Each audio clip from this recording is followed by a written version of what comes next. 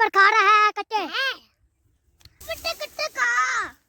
अस्सलाम वालेकुम, welcome to back my channel Kahan Singh village blog. उम्मीद करता हूँ आप खैरियत से होंगे और मेरी दुआ है आप जहाँ रहें खुश रहें और आबाद रहें। और अल्हम्दुलिल्लाह तिल की कटाई भी हो गई है और तिल जो है वो तैयार भी हो गए हैं। और ये तिल जो है ये सूख गए हैं, अभी इनको झाड़ना है, इनसे तिल निकालने हैं। और ये तकरीबन 7 कनाल है और ये तकरीबन आधे आज झाड़ेंगे और बकाया जो है वो कल इंशाल्लाह 2 दिन में ये मुकम्मल करना है, क्योंकि मौसम जो है वो चेंज हो रहा है और बारिश आ गई तो ये जो है तिल की कोड़ियाँ जो हैं ये एक पाइप से इनमें पानी चला जाएगा और जो तिल है वो बाहर आ जाएगा।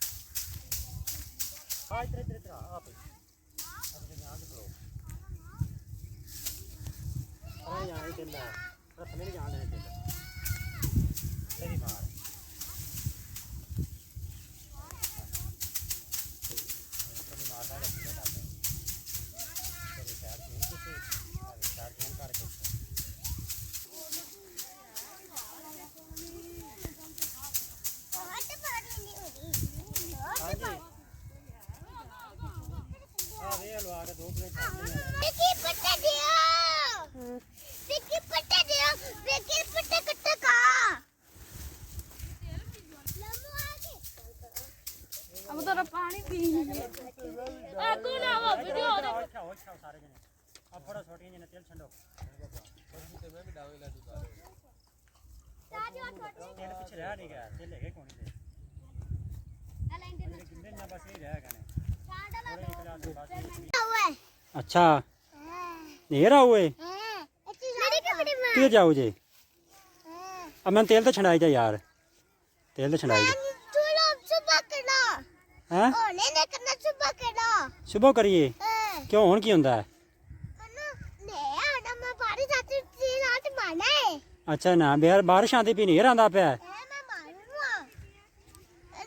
ओ ते खाले च नाल नहर च नाल है। तू किधर चले पापा? नहर करन चले ना ती तू ते वडन नहीं है चूसी भी मुँह वालिया किन्ने तेल फड़ी लोता है खाऊं है खा थोड़े खाई दे ने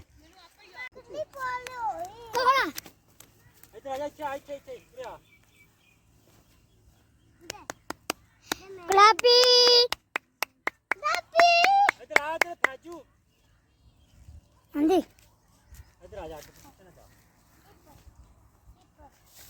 ये देखो ये साडी मक्की है, ये देखो साडे जम्मू है, ये देखो ये साडे तेल ने, ये देखो ये साडे तेल करे ने, ये भी तेल रंडर है, ये मेरा भरा है चिब्बर लेते आ रहा है, चिब्बर खावा है मम्मा वास्ते खाऊ है।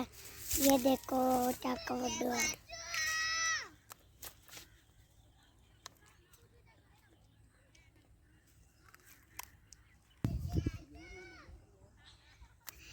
ये देखो ये कोता चिब्बर खा रहा है कच्चे मिठे ने कोड़े ने मिठे ने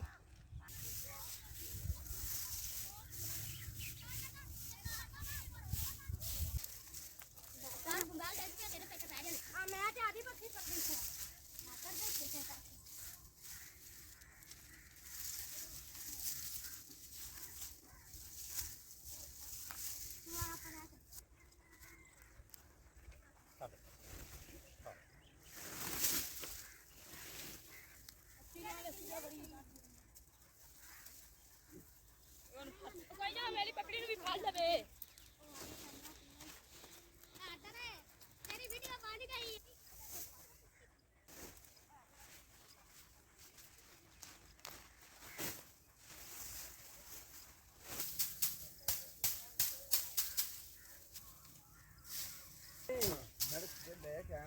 चार मिनट ला के आया ना 4 महीने शुरू महीने छुट्टी एक भी कौन दी जाती मैं क्या मैं 15-16 करते हैं है ही है ना हाँ पक्का बनना तो वाला लगा